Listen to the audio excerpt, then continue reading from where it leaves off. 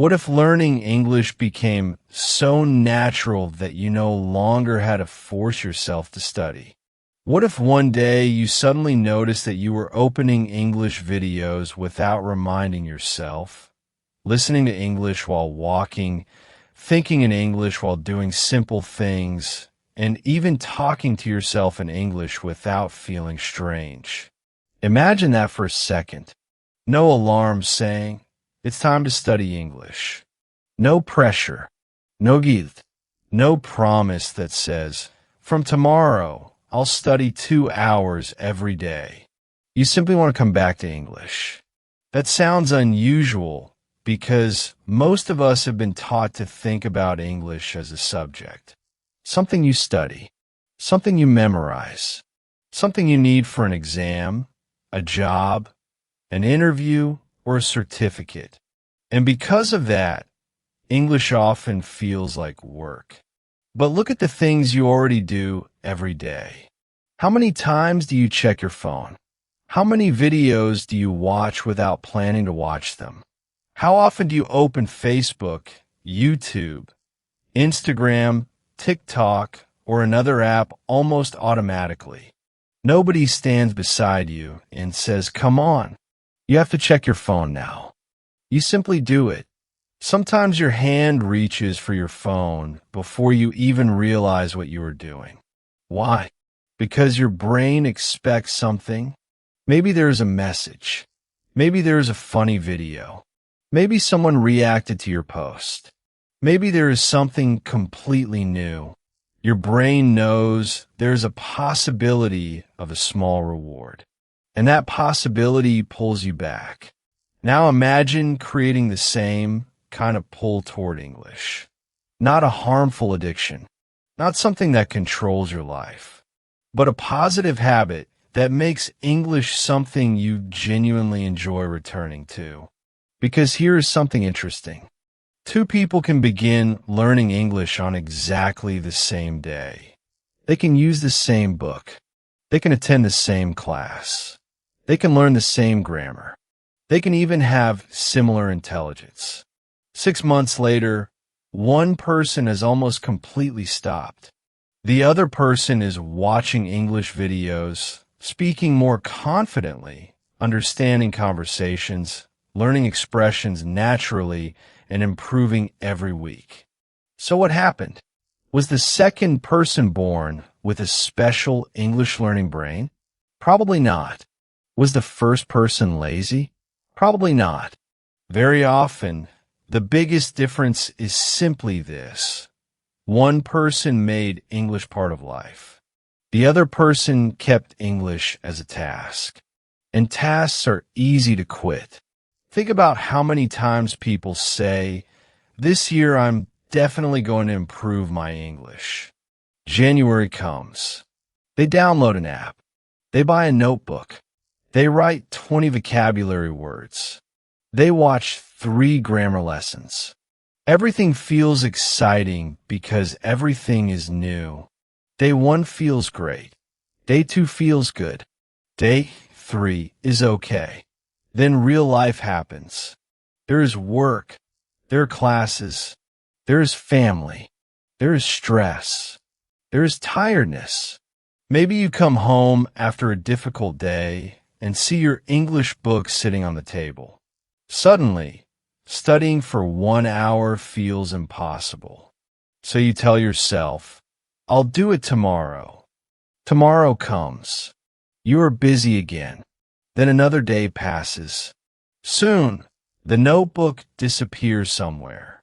The app stops sending useful notifications because you ignore them. And after a few weeks, you think, "Maybe I'm just not good at English." But that conclusion is usually wrong. The problem was not necessarily your ability. The problem was the system. You created a routine that depended completely on motivation. And motivation is unreliable. Some mornings you wake up feeling powerful. You think, "Today I'm going to change my life." Other mornings, you just want to sleep for another hour. That is normal. Human beings are not equally motivated every day. So if your English depends on feeling motivated, your English practice will always be unstable. This is where habits become important. Every habit has a pattern. Something reminds you. You expect something. You take an action. Then something happens that makes the action worth repeating. For example, imagine that you are sitting alone and feeling bored. That boredom becomes a signal. Without thinking much, you pick up your phone. You open an app. You see something interesting. Maybe you laugh. Maybe you learn some news. Maybe someone sent you a message. Your brain gets a small reward. Later, when boredom appears again, your brain remembers what happened last time. So you reach for your phone again. Now think about traditional English study.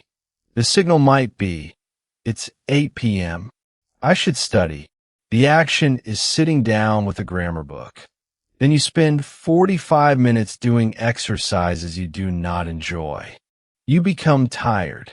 You feel confused. You close the book. Where was the reward? For many learners, there wasn't one. There was only pressure. If an activity repeatedly gives your brain stress, boredom, and frustration, why would your brain want to return to it? This is why one of the smartest things you can do is to stop asking, how can I force myself to study English? Instead, ask, how can I make English enjoyable enough that I want to return tomorrow? That question changes everything. And the first thing you can do is make English smaller. Much smaller. People often believe that big goals create big results. Sometimes they do.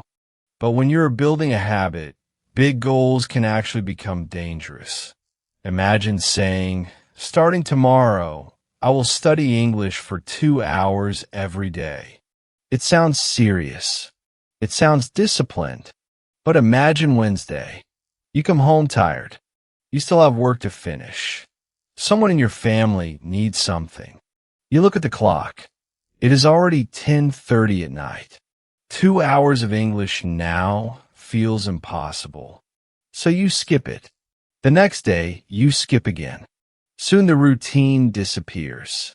Now compare that with another goal. Every day, I will spend at least 2 minutes with English. 2 minutes? That almost sounds too easy. Exactly. That is the point. Maybe you listen to one short clip. Maybe you read one paragraph. Maybe you say 5 sentences. Maybe you learn one expression. And something interesting often happens after you begin. You plan to watch 1 minute of English, but the video is interesting, so you continue for 10. You plan to read one paragraph, but the story becomes interesting, so you read a page. You plan to speak for 30 seconds, but suddenly you have more ideas. Starting is often the hardest part. Once you begin, continuing becomes easier. And even on the days when you stop after only 2 minutes, you still win. Why? Because you protected the habit. You reminded your brain, I am someone who comes back to English every day. That identity becomes powerful over time. Now, there's another mistake many learners make. They choose English content because they think they are supposed to like it. They watch long grammar lectures they would never watch for enjoyment. They read boring passages. They listen to topics they do not care about. Then they wonder why they lose interest. Imagine that you love football. You could spend 40 minutes watching football analysis in your own language without becoming tired. So why not watch some football content in English? Maybe you love cooking.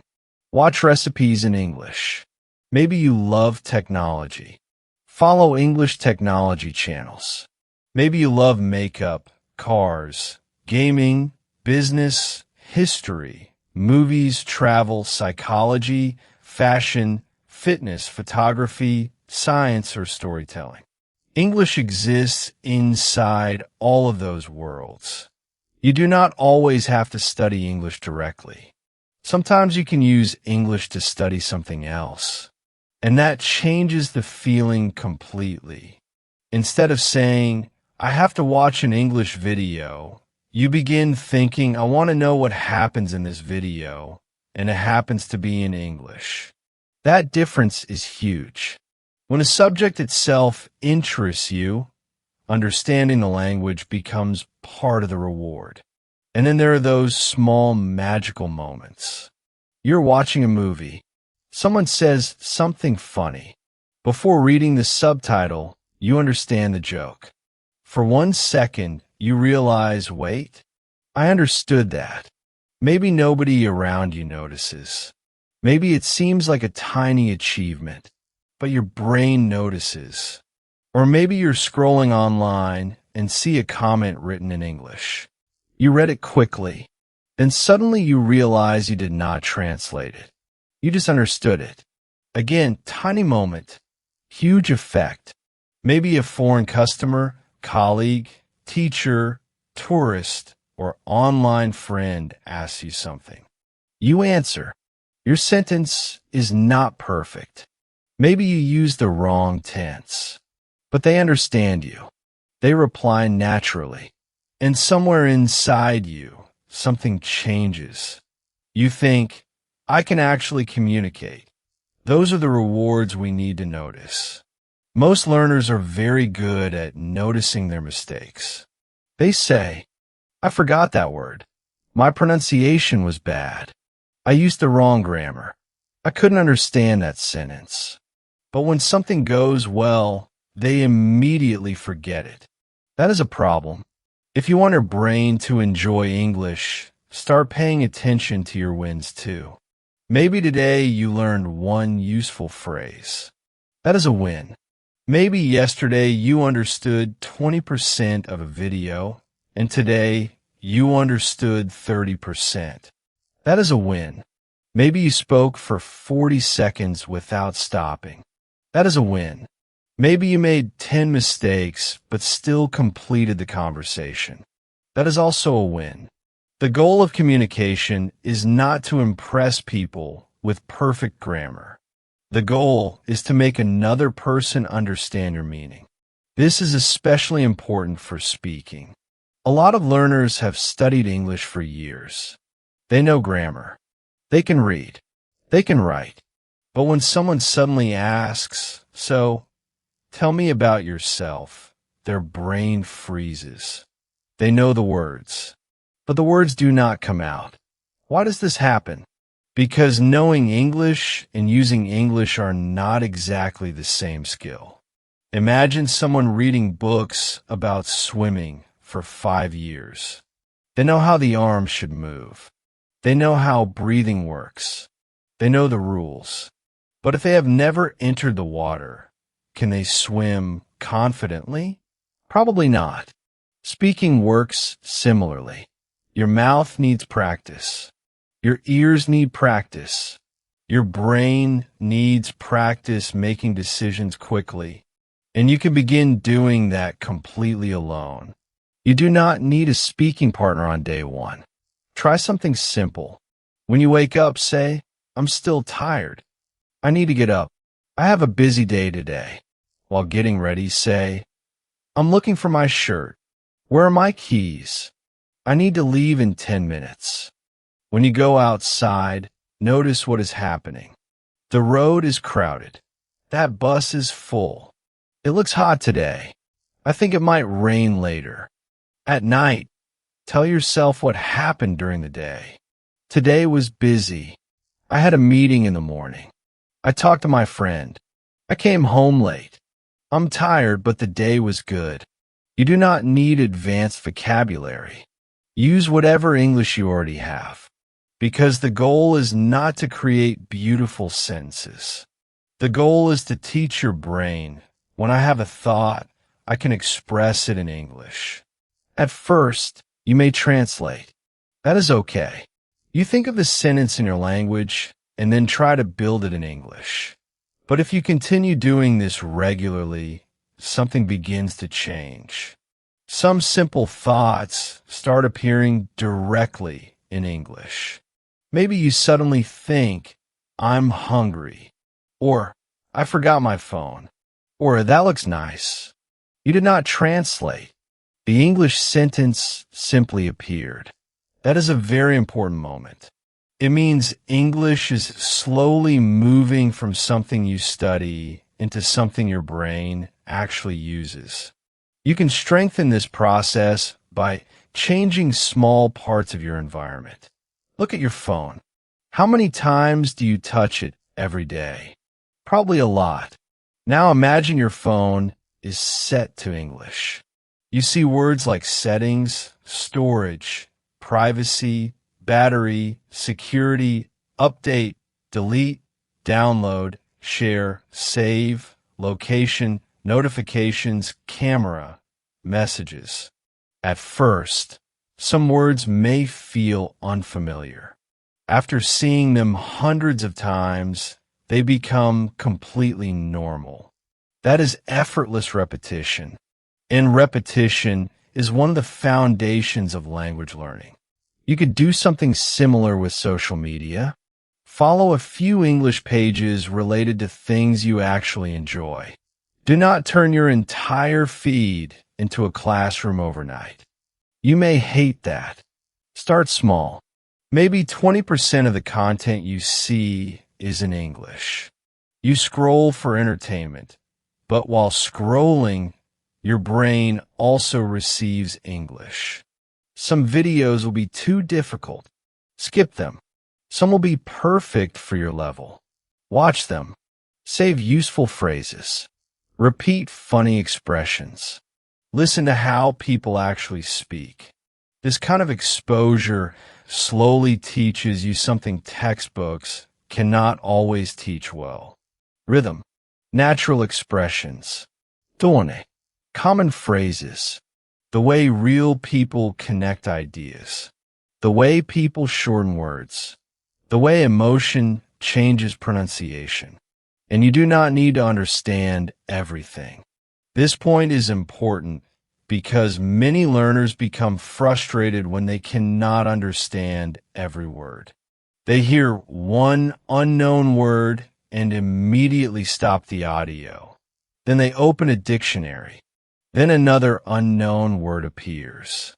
They stop again. After 5 minutes, listening feels like an exam. Try a different approach sometimes. Allow yourself not to understand everything. Imagine listening to a podcast while cleaning your room. Maybe you understand 60%. Fine. Maybe only 40%. Still fine. Can you understand the general topic? Can you recognize a few expressions? Can you hear where one sentence ends and another begins? That is useful exposure. Your ears need time to adapt. Native speakers do not speak like language learning audio. They connect words. They change sounds. They speak faster. They pause differently. The only way to become comfortable with that is to hear it regularly. Think about a song you have heard 50 times. Even if you did not understand the lyrics at first, after repeated listening, certain lines become extremely familiar. Language works in a similar way. Repeated exposure reduces the feeling of foreignness. And that is the goal. English should slowly stop feeling foreign. It should begin feeling familiar. Now, speaking to yourself is useful, but eventually you'll want to speak with real people. And this is where fear enters. Maybe you know exactly what you want to say. Then someone looks at you, and suddenly you become nervous. Your heart starts beating faster. You worry about pronunciation. You worry about grammar. You imagine the other person judging you. Then your mind becomes blank. The conversation ends. Afterward, while going home, every perfect sentence suddenly comes back. You think, why couldn't I say that 5 minutes ago? Because fear changes the way we perform. When speaking English repeatedly becomes connected to embarrassment, your brain begins to avoid speaking. So your first speaking experiences should not be designed to prove how good you are. They should be designed to make speaking feel safe. Start with small conversations. You do not have to debate international politics for 30 minutes. Say hello. Ask a simple question. Order something. Introduce yourself. Ask someone how their day was. Answer one question. Small successful experiences are incredibly valuable. Imagine you go somewhere and say, "Can I have a coffee, please?" The person understands you. They give you the coffee. That is a successful English conversation. Maybe it lasted 10 seconds, but your brain receives an important message. I spoke English and everything was fine. Do that again and again. Over time, the fear slowly becomes smaller. Another powerful habit is recording your voice. Most people hate hearing their own recorded voice at first. That is normal, but try this. Take your phone and record yourself speaking for 1 minute. Choose an easy topic. My daily routine. My family. My favorite movie. What I did yesterday. My plans for this weekend. Do not prepare every sentence. Just speak. You will probably pause. You will probably make mistakes. You may repeat yourself. That does not matter. Save the recording. Then forget about it. 2 weeks later, record yourself talking about a similar topic.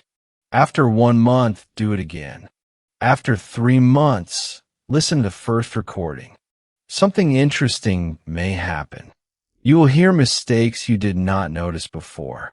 That is actually good. It means your English knowledge has improved enough for you to recognize them. You may also notice your newer recordings sound smoother. You pause less. You find words faster. Your pronunciation is clearer. Without those recordings, you may have thought, "I'm not improving." But suddenly you have evidence. Progress becomes visible. This is important because language progress is often slow. When you go to the gym, you do not look completely different after one workout. When you plant a tree, you do not see it become tall overnight. English works the same way. You learn something today, something else tomorrow. You forget part of it. You hear it again. You remember it. You use it incorrectly. Someone corrects you. You hear it again in a movie. Then eventually it becomes natural. From the outside, it may look like nothing is happening. Inside your brain, thousands of small connections are being built. That is why you should be very careful with the sentence, "I am not improving." Sometimes the progress is there. You just cannot see it yet. There will also be plateaus. A plateau is a period when you continue practicing but feel as if your level is not changing. This can be frustrating. At the beginner level, progress often feels fast. You learn hello. You learn numbers. You learn basic verbs. You learn simple sentences. Everything is new. You can easily notice the difference. Later, improvement becomes more subtle. Maybe you're not learning 50 completely new words every day. Instead, you're learning how to use familiar words more naturally. You understand faster. You hesitate less. Your pronunciation becomes slightly clearer. You understand different accents better. You make fewer basic mistakes. These improvements can be difficult to notice. That is why comparing yourself with your past self is more useful than constantly comparing yourself with fluent speakers. If someone grew up speaking English, comparing your pronunciation with theirs every day may simply make you feel bad. Instead, ask, "Am I better than I was 6 months ago? Can you understand videos? more easily? Can you write messages faster? Can you speak for longer? Do you translate less? Do you recognize more expressions? If the answer to even some of those questions is yes, you are moving forward. Another important part of staying interested is variety. Imagine eating your favorite food every single day. Breakfast, lunch, dinner. Again and again. Eventually, even your favorite food might become boring. The same thing can happen with learning methods. Maybe you begin with one English learning YouTube channel. You love it. You watch it every day. After 4 months, you are bored. That does not mean you suddenly hate English. You may simply need something new. Change the type of content. Watch a series. Listen to a podcast. Read a short story. Play a game in English. Join an online community. Talk to an AI in English. Write a short daily diary. Learn English through songs. Follow a documentary. Watch interviews. Try shadowing. Shadowing is a simple speaking exercise. You listen to a short sentence and immediately repeat it, trying to copy the speaker's rhythm and pronunciation. For example, you hear, "I didn't really expect that." Pause. Repeat. "I didn't really expect that." You're not memorizing grammar rules. You're training your mouth to produce natural sound patterns. Do this with short clips, 10 seconds, 20 seconds, not 20-minute speeches. Again, small and repeatable. You can also create what I call English zones in your day. For example, maybe breakfast is your English listening time. Your commute is English podcast time. Your shower is English thinking time. Before sleeping, you write 3 sentences in English. Now you're no longer looking for a large, empty hour. You're using moments that already exist. This matters because one of the most common excuses is, "I don't have time." Sometimes it is completely true. People are busy. But language does not always require a huge block of time. 5 minutes in the morning, 10 minutes while traveling, 3 minutes at lunch, 5 minutes before sleeping. That is already more than 20 minutes of daily exposure. Across 1 year, those tiny moments become many hours. And because they are connected to activities you already do, they are easier to maintain. You can even use waiting time. Waiting for an elevator? Think of 3 English sentences. Waiting for food? Read 1 short English post. Waiting for someone to arrive? Listen to a 1-minute clip. Those small empty moments are everywhere. The goal is not to fill every second of your life with English. You do not need to become obsessed. The goal is simply to make English visible often enough that your brain stops treating it like a rare classroom activity.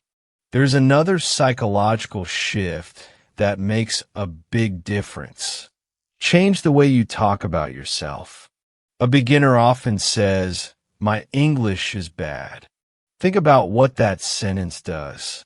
It creates an identity. Not, "I made a grammar mistake." But "my English is bad." Not, "I need more speaking practice." But "I can't speak English." Be careful. The things you repeatedly say about yourself can become beliefs. Try more accurate language. Instead of, "My English is terrible," say, "My speaking needs more practice." Instead of, "I can't understand native speakers," say, "I'm still getting used to natural speaking speed." Instead of, "I always make mistakes," say, "I'm noticing more of my mistakes now." These sentences do not pretend that everything is perfect. They simply describe a problem that can be improved. And that difference matters. Mistakes themselves are not the enemy. Imagine a child learning their first language. They do not wait until they understand grammar perfectly before opening their mouth. They speak. They make strange sentences. Adults correct them. They hear better versions. They try again. Slowly, their language becomes more accurate. Adults often want the opposite. We want to be perfect before we speak. But how are we supposed to become good at speaking without speaking badly first? There has to be an uncomfortable middle stage. You know some English. You can communicate, but you make mistakes. You forget things. Your pronunciation is inconsistent. This stage is not failure. It is part of the process. Try thinking about mistakes as information. If you say something incorrectly and later discover the correct form, your brain has learned something useful. The mistake showed you exactly where the gap was.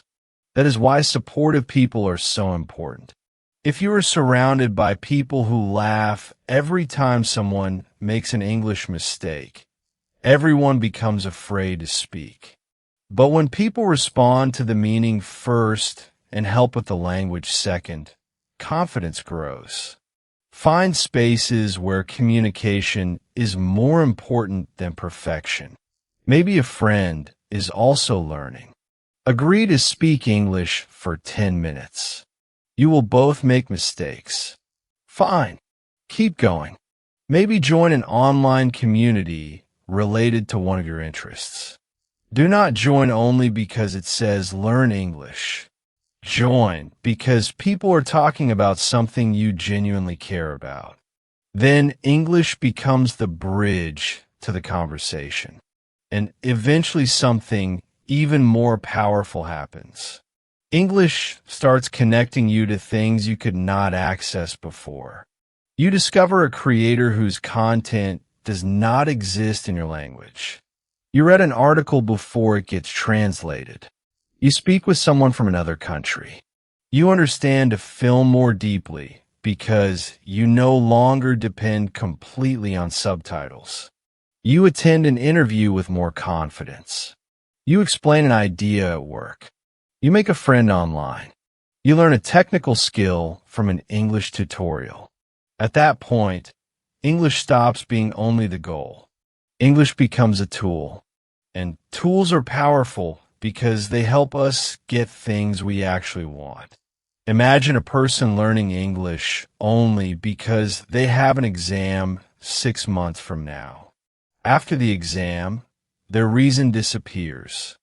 Now imagine someone who uses English to watch favorite creators, communicate with clients, study new skills, make friends, enjoy movies, and explore the internet. Their reasons exist every day. That is why connecting English to your real life is so important. You need reasons that survive after the excitement disappears. Because yes, the excitement will disappear sometimes. There will be boring days. You may wake up and feel absolutely no desire to practice English. This is where many people make a mistake. They think, I have lost motivation. Something is wrong. Nothing is wrong. Motivation naturally rises and falls. Think about professional athletes. Do you think they feel excited about every training session? Probably not. Think about musicians.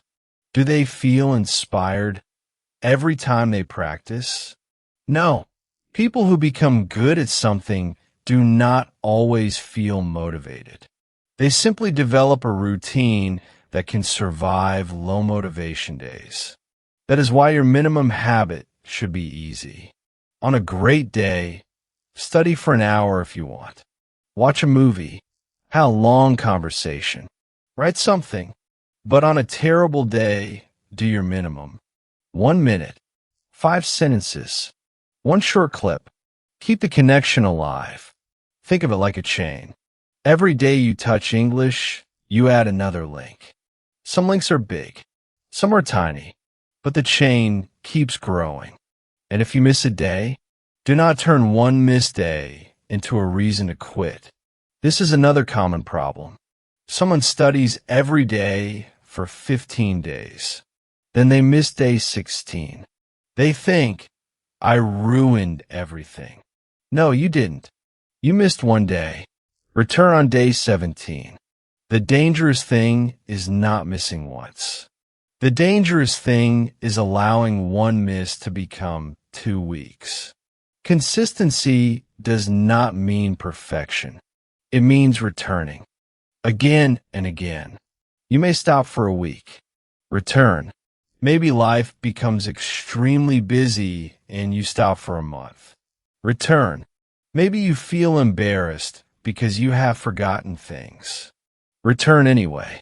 Language does not punish you for coming back. You can always begin again. And every time you return, restarting becomes easier because you already have experience.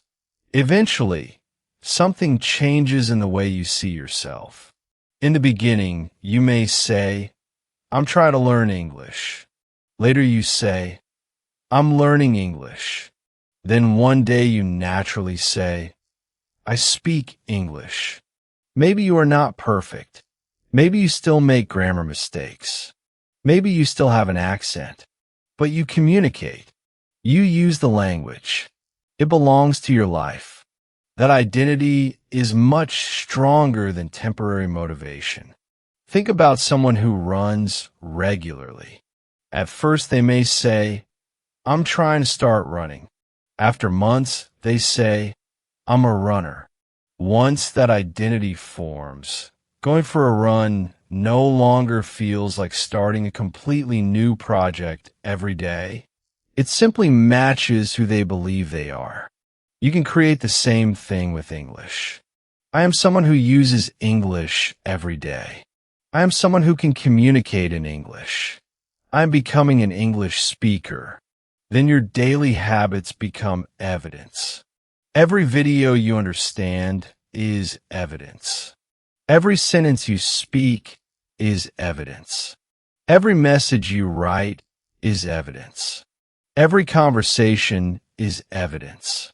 Slowly, the identity becomes stronger.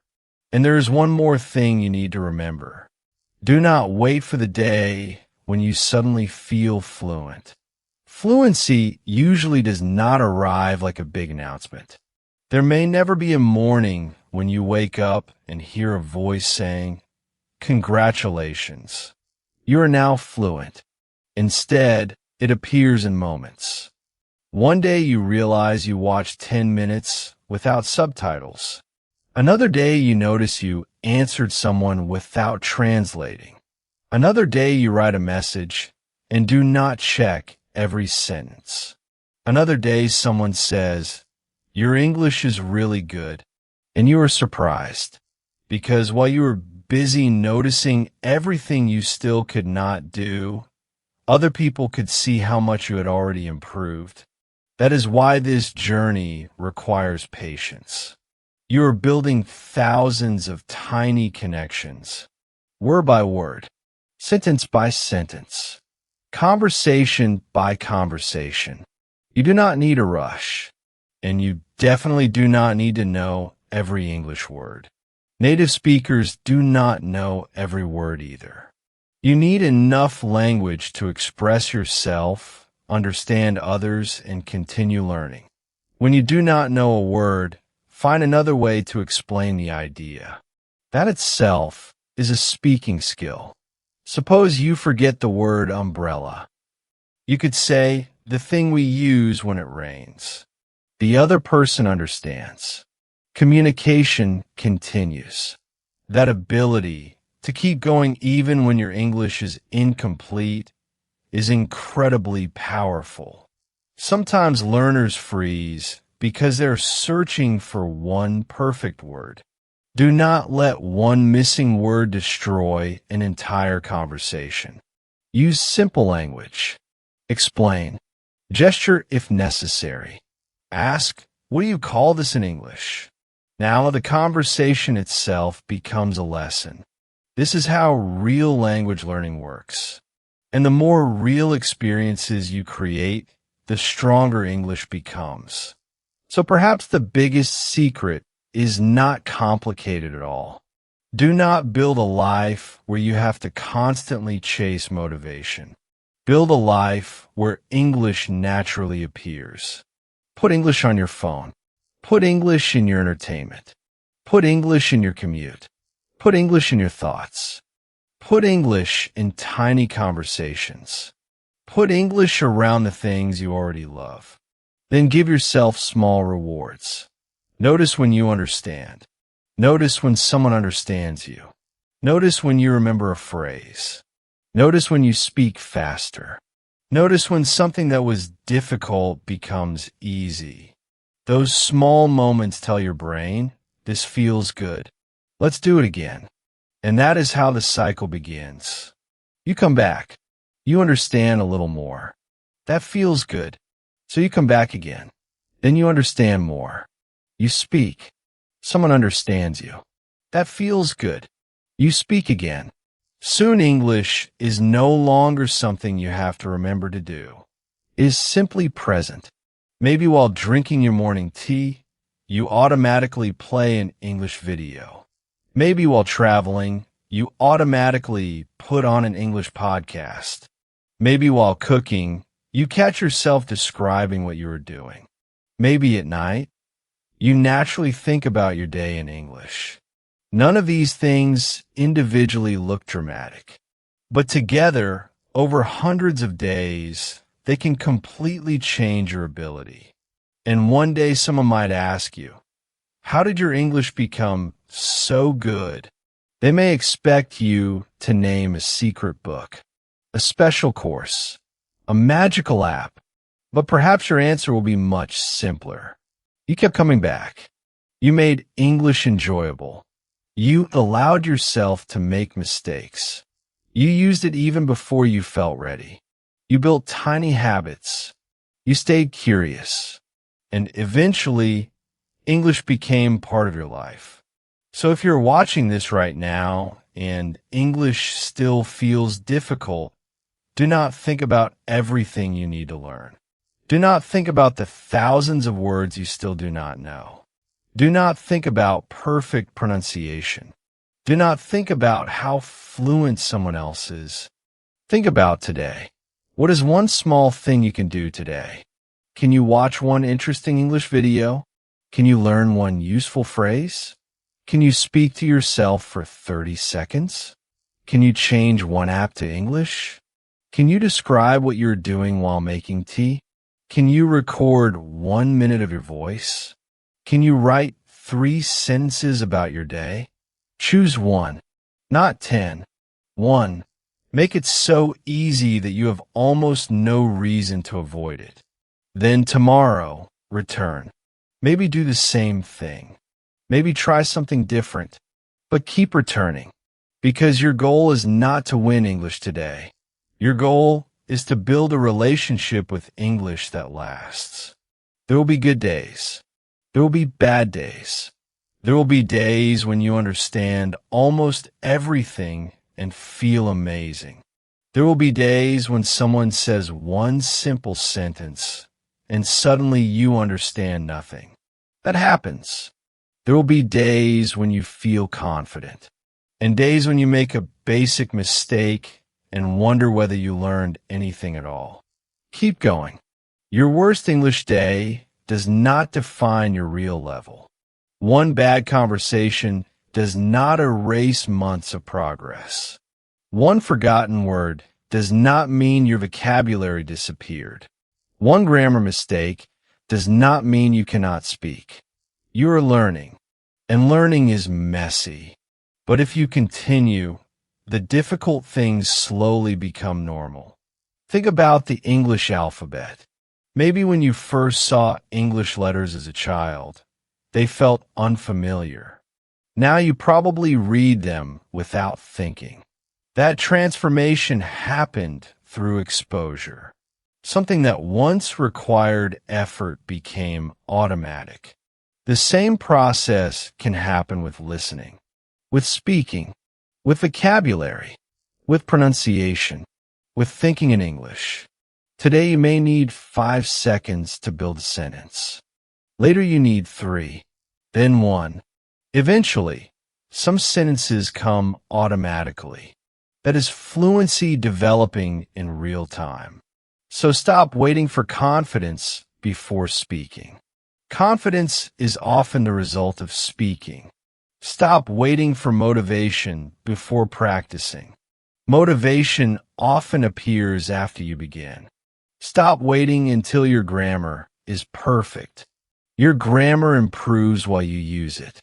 Stop waiting for the perfect moment. Use the moment you already have. Because the English speaker you want to become is not created in one dramatic day. That person is created in tiny, ordinary moments. While walking, while eating breakfast, while watching a video, while sending a message, while making a mistake, while trying again. That is where fluency grows. Quietly, slowly, almost invisibly, until one day you notice it. You open a video and realize you have been watching for 15 minutes without thinking about the language. You speak to someone and only afterward realize the entire conversation happened in English. You search for information in English because it feels normal. You hear an expression and understand the feeling behind it, not just the dictionary meaning. You start laughing before reading the subtitle. You start responding before translating. And that is when something beautiful happens. English stops feeling like a wall standing in front of you. It becomes a door to information, a door to people, a door to entertainment, a door to education, a door to opportunities, a door to completely different parts of the world. And perhaps that is the best reason to keep learning.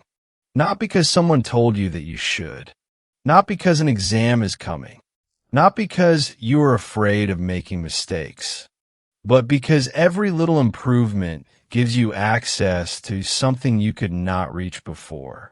So starting today, do not promise yourself that you will become fluent next month.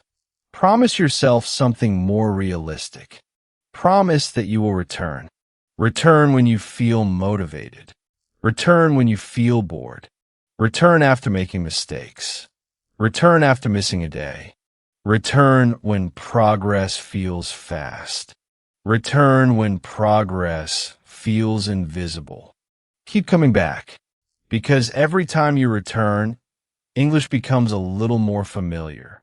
Every time you listen, your ears learn. Every time you read, your brain notices patterns. Every time you speak, your mouth becomes more comfortable. Every time you make a mistake, you discover something that can improve. Every time someone understands you, your confidence grows. And those tiny changes accumulate. One day becomes 1 week. 1 week becomes 1 month. 1 month becomes 6 months. 6 months become a year. And the person who keeps returning for a year is not the same learner who started. Your vocabulary changes. Your listening changes. Your speaking changes. Your confidence changes. Most importantly, your relationship with English changes. At first, English may feel like something outside you, something difficult, something you're chasing. Later, it becomes something you carry with you. And once English reaches that point, learning becomes much easier because you no longer need to force the language into your life. It is already there. So the next time you feel like quitting, remember this. You do not need a perfect day. You only need one small moment. One sentence can keep the habit alive. One video can bring back your curiosity. One conversation can remind you why you started. One tiny success can change the way you feel about speaking. Never underestimate those small moments. They are not interruptions in the learning process. They are the learning process. And maybe one day, much sooner than you expect, you will catch yourself doing something strange. You will be walking somewhere, washing dishes, sitting on a bus, or lying in bed. And suddenly you will notice that the voice inside your head is speaking English. You did not plan it. You did not translate it. You did not force it. It just happened. And in that moment, you may realize that something has changed. English is no longer only something you study. It is something you use, something you understand, something you enjoy, something that belongs in your everyday life. And once you reach that point, the question is no longer, how can I force myself to learn English? The question becomes, how far can English take me if I simply keep going? And there's only one way to find out. Come back tomorrow. Listen again. Speak again. Make another mistake. Learn another phrase. Understand one more sentence. Enjoy one more small win. Then repeat it again and again and again. Not because somebody is forcing you. Not because you have homework. Not because you are afraid of failing. But because, little by little, English has become something you genuinely want to return to. And that is when everything changes.